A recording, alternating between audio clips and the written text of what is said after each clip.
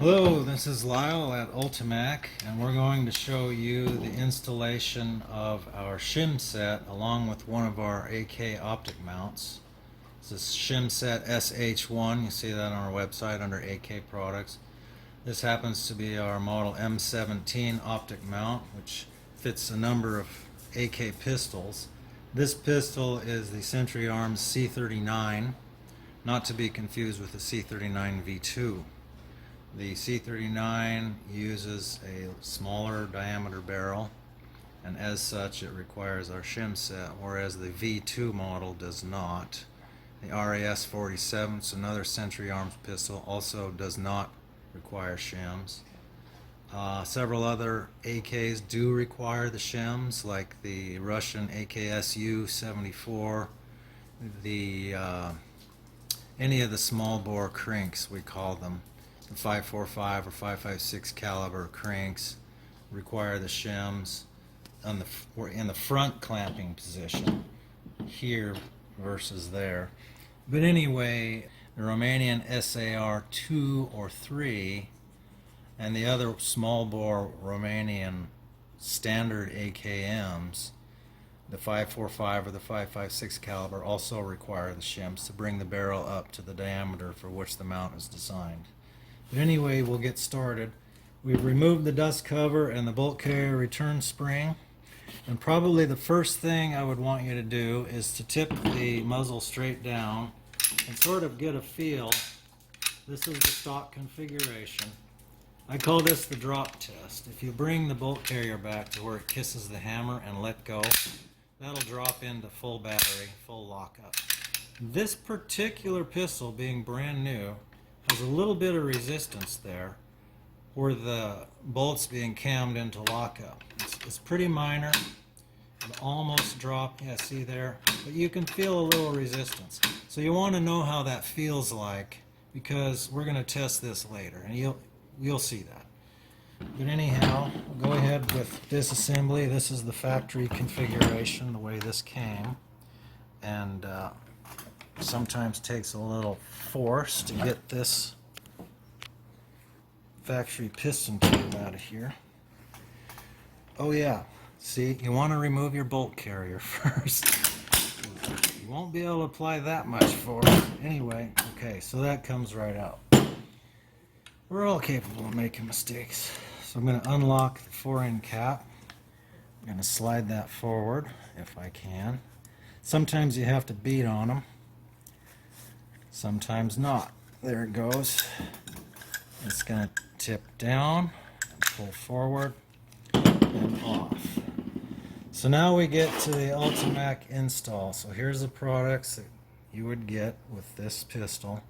There's the M17 hardware with the clamps and screws and wrench, and this is how the SH-1 shim set comes.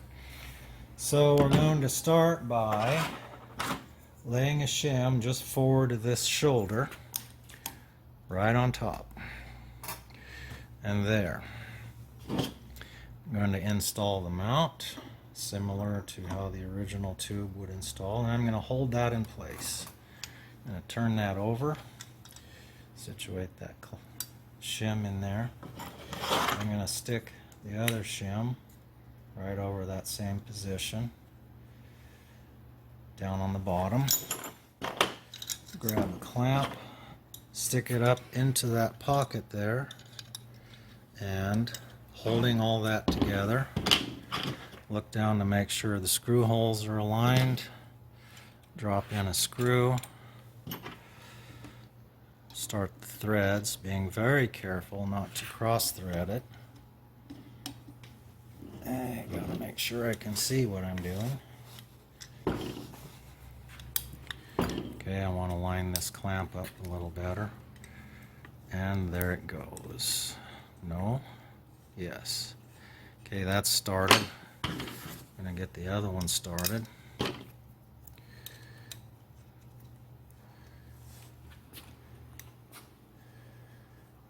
Okay, that's threading in easily. I'm going to go ahead and slightly firm these up.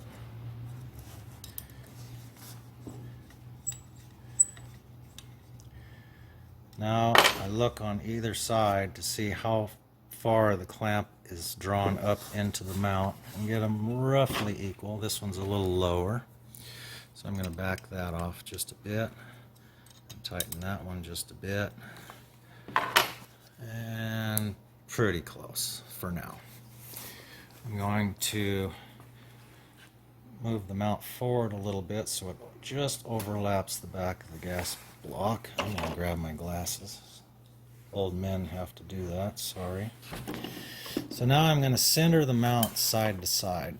I'm going to look for a roughly equal distance there on either side relative to the gas block. Okay, so everything's held in place right now by that one clamp. I'll go ahead and stick on the other one. Line up the screw holes. Start the threads. Pretty basic stuff so far. We're just showing the procedure. It's mainly what we want to illustrate here. Notice I'm installing this with the fore-end removed, the lower handguard that is, removed, and the fore-end cap is unlocked. Okay, and there's a reason for that. The fore-end cap cannot be locked or unlocked with the piston tube in place. So why am I installing the mount? Well, you'll see.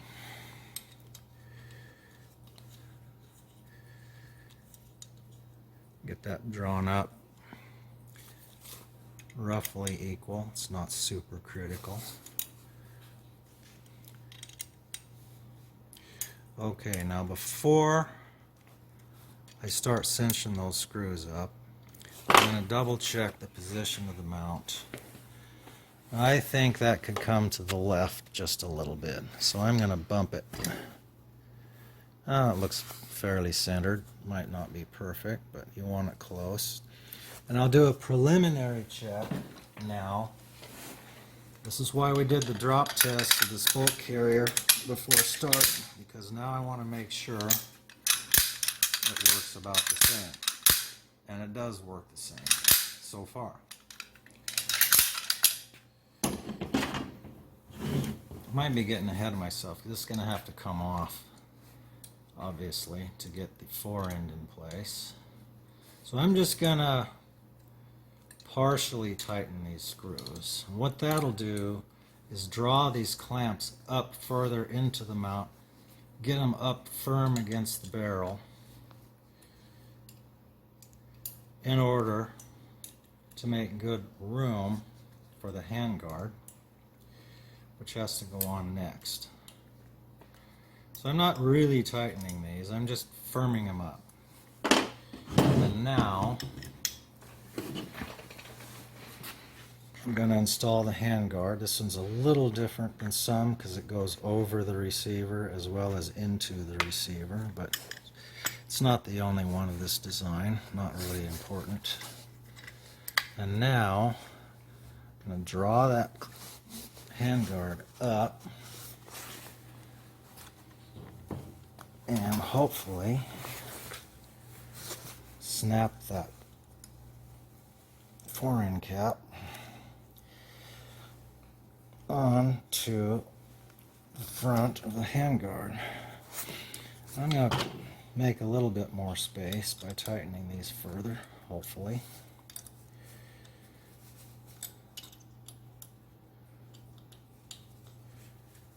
Every handguard is a little different, and I'll talk about that more later.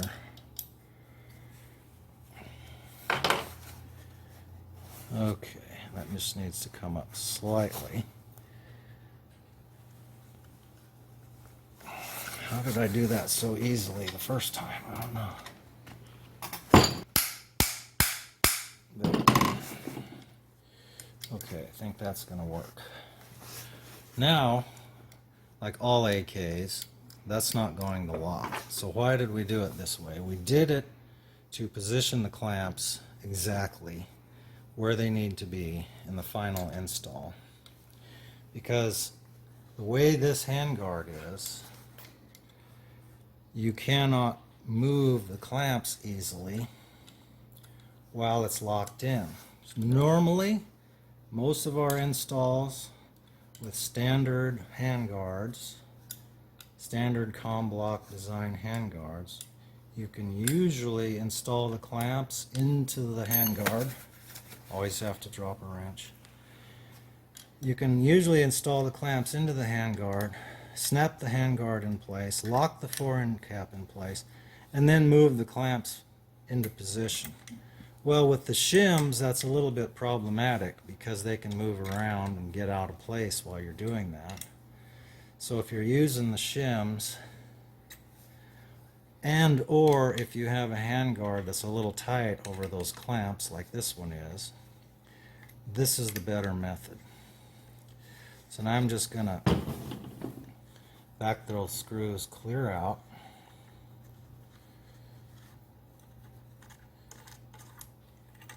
And remove them.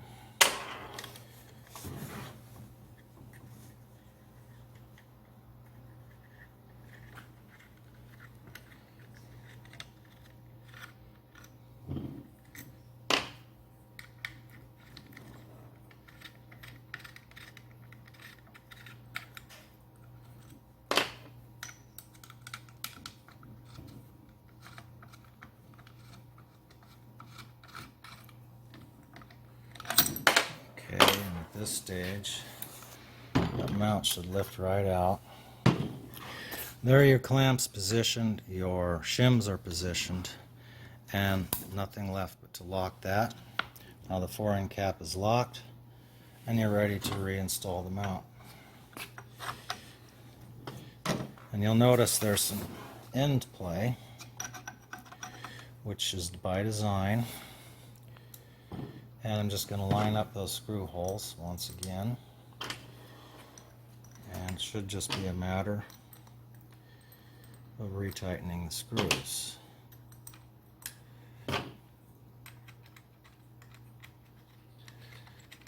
Again, being very careful not to cross thread them because, you know, if you work with screws very much, machine screws that is, you've probably cross-threaded one at one stage and it starts to present some resistance and you turn a little bit harder hoping that it's okay, and you turn a little harder, and then at that point you've destroyed the screw and possibly the clamp. So we do give away free replacement clamps if they should be lost or damaged from cross-threading, but try not to do that. Again, now I'm looking at how far the clamp is being drawn up into the mount, and I'm just going to try to balance that somewhat on both sides. Again, it's not critical. And to the front, they're going to end up pretty far up in there on this particular install, and that's fine. Okay, now they're starting to firm up.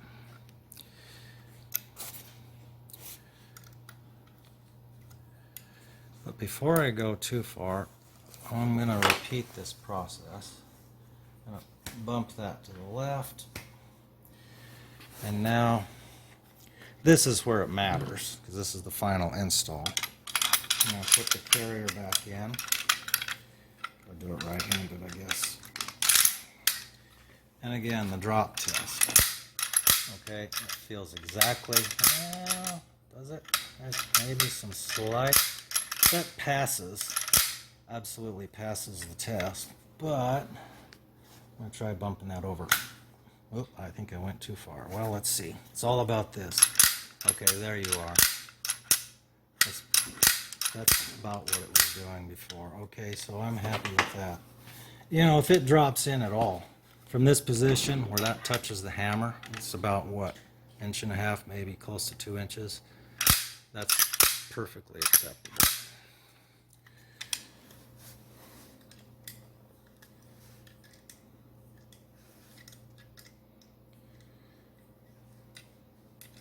Going from side to side, one side then the other. together, and so on.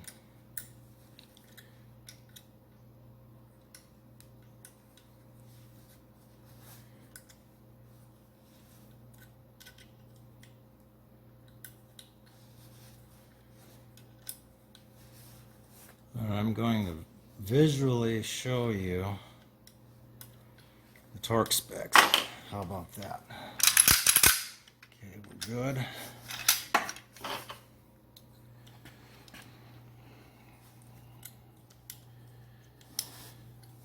I think we say in the instructions to get the screws good and tight.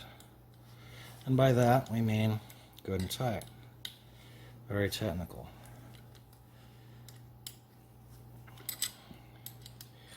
There are a few customers who will write and ask for torque specs. We don't publish them because obviously the vast majority of people installing this at home are not going to have an inch-pound torque wrench. But if you really want the specs, the SAE, Society of American Engineers, publishes torque specs for all of these different threads. This is an 832 thread, steel or alloy steel in alloy steel. And just go towards the upper middle of that range.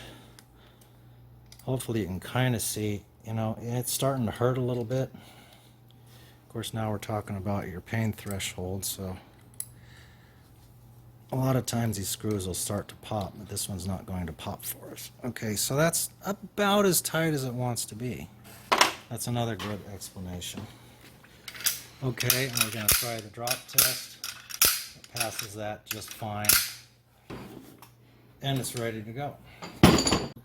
Okay, and of course the very last thing you're going to do, this no longer does anything because there's a little more clearance here, but pop that down into its detent. This won't be flopping around. And you're all set.